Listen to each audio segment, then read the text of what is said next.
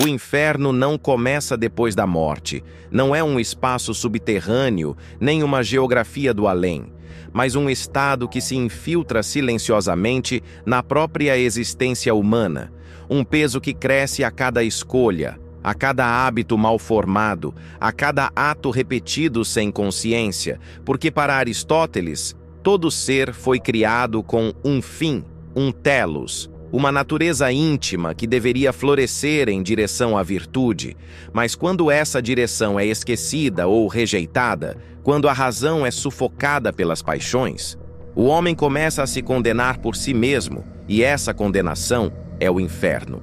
Não há demônios necessários para que a chama se acenda, pois ela surge da repetição cega de erros que no início parecem pequenos, mas que logo se tornam prisões inescapáveis. Para Aristóteles, a vida virtuosa era o caminho da verdadeira felicidade, a eudaimonia. Não uma alegria passageira, mas o florescimento do ser em sua completude. E aquele que se afasta desse caminho mergulha em um vazio corrosivo, um estado em que nada satisfaz, nada completa, nada tem sentido, porque a alma, que deveria ser regida pela razão, encontra-se escravizada por desejos desordenados.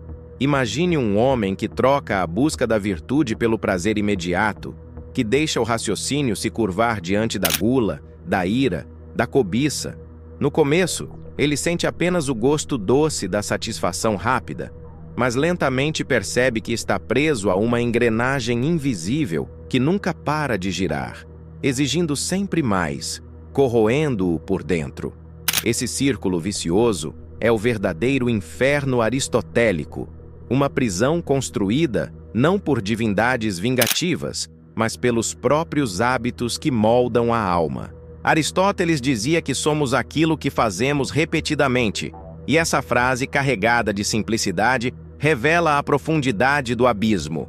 O homem que repete a mentira se torna mentiroso, o que repete a covardia se torna covarde, o que repete a injustiça se torna injusto, e assim, pouco a pouco, o ser humano deixa de ser potencialidade e se transforma em ruína, numa caricatura de si mesmo. O inferno, portanto, é o endurecimento da alma no erro, é a cristalização do vício, até que a mudança já não seja mais possível. Não é preciso imaginar labaredas eternas para sentir esse tormento. O homem que perde a sua natureza racional e deixa de viver conforme a virtude experimenta o fogo da insatisfação constante, o fogo da ausência de sentido, o fogo da perda de si mesmo. Esse fogo não destrói o corpo, mas consome a alma. Ele arde na forma de ressentimento, na forma de frustração, na forma de um silêncio interior pesado que grita dentro da mente, dizendo que tudo poderia ter sido diferente, mas já não é. E talvez o aspecto mais sombrio do inferno de Aristóteles seja justamente sua natureza silenciosa e inevitável. Não há tribunal, não há voz externa que nos condena. Cada um de nós se julga, cada um de nós se destrói ao abrir mão do que deveria ser. E quanto mais longe do propósito natural caminhamos, mais distante fica a possibilidade de retorno. É como se cada decisão errada fosse uma pedra adicionada ao muro que nos separa da virtude. E depois de anos, esse muro se torna tão alto que já não vemos o outro lado. Para os gregos, o hábito era uma segunda natureza. Para Aristóteles, isso significava que o vício, uma vez repetido, não é apenas um erro momentâneo, mas uma forma de vida. O homem que se entrega à ira, à inveja, ao ódio, transforma esses sentimentos em permanência, e quando isso acontece, já não é mais capaz de escapar. O inferno não é um lugar, mas um hábito transformado em eternidade. E se a virtude era para ele o caminho para a liberdade, então o vício é a escravidão absoluta. A diferença é que a corrente não está nos punhos nem nos pés, mas no coração e na mente. Uma corrente invisível que nos obriga a viver sempre no mesmo erro, no mesmo padrão, no mesmo círculo. E assim, o homem que poderia ser senhor de si, se torna escravo de si mesmo, vivendo uma condenação perpétua, sentindo a dor de uma vida sem propósito, experimentando o abismo dentro da própria consciência. Talvez este seja o ponto mais perturbador. O inferno aristotélico não é algo que vem depois, mas algo que começa agora, cada vez que abrimos mão da razão, cada vez que escolhemos o vício em vez da virtude, cada vez que repetimos os mesmos erros até que eles se tornem quem nós somos. O inferno não é apenas o afastamento da virtude, mas também o esquecimento gradual de quem se é. Porque para Aristóteles, cada ser tem em si uma forma, uma essência que o define e que deveria ser atualizada no decorrer da vida. Mas quando o homem se perde em vícios, quando escolhe o caminho mais fácil, ele não apenas se afasta da felicidade, mas corrompe a própria forma que deveria realizar, tornando-se um ser disforme, um fragmento de si mesmo, como uma estátua inacabada que nunca alcança beleza. Esse processo não acontece de repente, mas como uma doença silenciosa, que vai corroendo o interior enquanto a superfície ainda parece intacta. E esse é talvez o aspecto mais trágico. Muitas vezes, quem está mergulhado no inferno não percebe, porque o vício seduz, porque a repetição anestesia, porque a mediocridade dá a ilusão de estabilidade. E assim, o homem que deveria buscar a grandeza da razão e a plenitude da virtude, passa a se contentar com prazeres pequenos, com vitórias passageiras, com aplausos vazios, sem notar que cada passo nesse caminho é um degrau que o leva mais fundo no abismo. Para Aristóteles, a justiça era uma das virtudes centrais, porque colocava cada coisa em seu devido lugar, porque fazia o homem viver em harmonia consigo mesmo e com a polis, a comunidade. Mas quando o homem se entrega à injustiça, quando explora os outros, quando rouba o que não é seu, quando trai a confiança da cidade, ele destrói não apenas o outro, mas a si mesmo, porque já não é inteiro, já não é justo, já não é completo. Esse estado de desarmonia, de fragmentação interna, é também inferno. O viver descompassado, o ser dividido entre o que poderia ser e o que se tornou. O vício, dizia Aristóteles, é sempre um excesso ou uma falta, nunca o equilíbrio. E por isso, o homem vicioso vive sempre em desordem. O que ama demais se perde na obsessão, o que ama de menos se perde na frieza. O que busca coragem sem medida se torna temerário. O que foge de toda dor se torna covarde. Em cada caso, o erro o afasta do meio-termo, e quanto mais distante desse ponto de equilíbrio, mais intenso é o sofrimento. E o sofrimento aqui não é castigo externo, mas consequência natural. O temerário cedo ou tarde cai em sua própria imprudência. O covarde se acorrenta em seu próprio medo. Cada extremo gera sua própria ruína, e essa ruína é o fogo invisível que consome por dentro. Imagine um homem que passa a vida buscando prazer, mas nunca encontra paz. Imagine outro que foge do sofrimento, mas vive atormentado pelo medo. Imagine outro que deseja poder, mas se torna escravo da ambição. Cada um deles é um retrato do inferno segundo Aristóteles. Não a punição imposta por deuses, mas a escravidão imposta por si mesmos. Há ainda outro aspecto que Aristóteles via com clareza.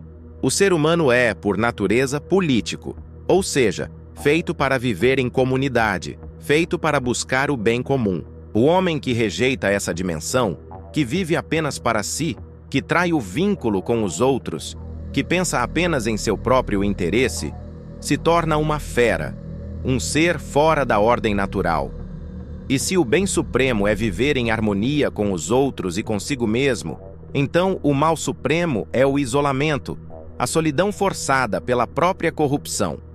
Esse isolamento é um inferno porque o homem, que nasceu para partilhar, se vê condenado a viver fechado em si mesmo, incapaz de confiar, incapaz de amar, incapaz de ser amado. Assim, o inferno aristotélico não é apenas a ausência de virtude, mas a presença contínua de consequências, um destino inevitável que se constrói como quem tece uma teia em torno de si mesmo.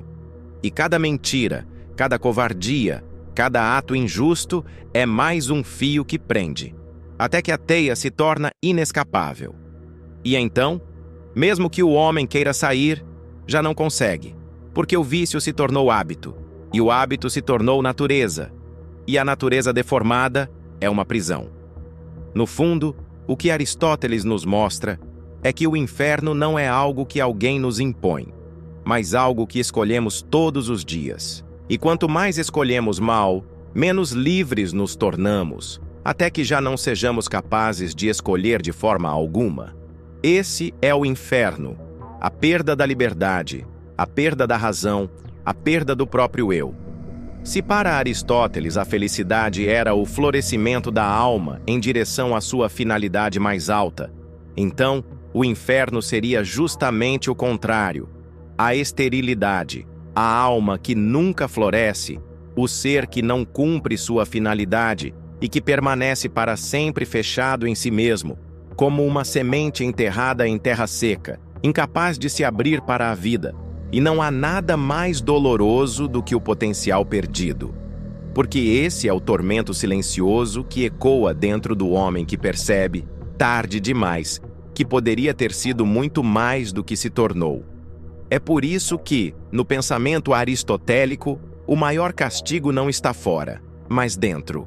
O homem que falha em cultivar a razão, que falha em disciplinar seus impulsos, que falha em ordenar sua vida pela virtude, não precisa de demônios para ser punido, porque se torna ele mesmo o seu próprio algoz. E o tormento não é feito de chamas visíveis, mas de correntes invisíveis que prendem o espírito. Correntes feitas de vícios, de culpas, de desejos não saciados, de sonhos abandonados. Pense na alma como um instrumento musical. Afinada, ela pode produzir melodias que encantam e elevam, mas desafinada, cada nota é dissonante, cada som é ruído, e viver nesse estado é estar cercado por uma cacofonia incessante. O inferno é isso, não silêncio, não paz, mas um ruído constante da alma desordenada, que nunca encontra repouso porque nunca encontra harmonia. Há ainda o sofrimento do tempo desperdiçado, que Aristóteles não descreve em termos de condenação eterna, mas que podemos interpretar como um tipo de eternidade psicológica. Cada instante mal vivido é um tijolo na prisão da própria consciência, e quanto mais tijolos se acumulam, mais sufocante se torna o espaço interior. Não é preciso imaginar séculos de castigo.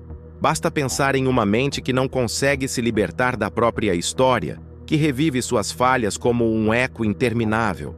Esse eco é inferno, porque impede de avançar, porque condena a alma a caminhar em círculos dentro de si mesma. Aristóteles falava também do vício como hábito, e o hábito como segunda natureza. Ora, se um homem se entrega ao ódio, cedo ou tarde, o ódio se torna parte dele. Se entrega à inveja, a inveja corrói seu olhar até que já não veja nada além da comparação. Se entrega à gula, à cobiça, à luxúria, cada uma dessas paixões passa a governar sua vida como tiranos internos. E quando a alma é governada por tiranos, quando não há razão que comande, então esse homem já não é livre, já não é humano na plenitude. E viver aprisionado sob tiranos internos é viver no inferno, porque não há fuga, não há refúgio, não há soberania sobre si mesmo.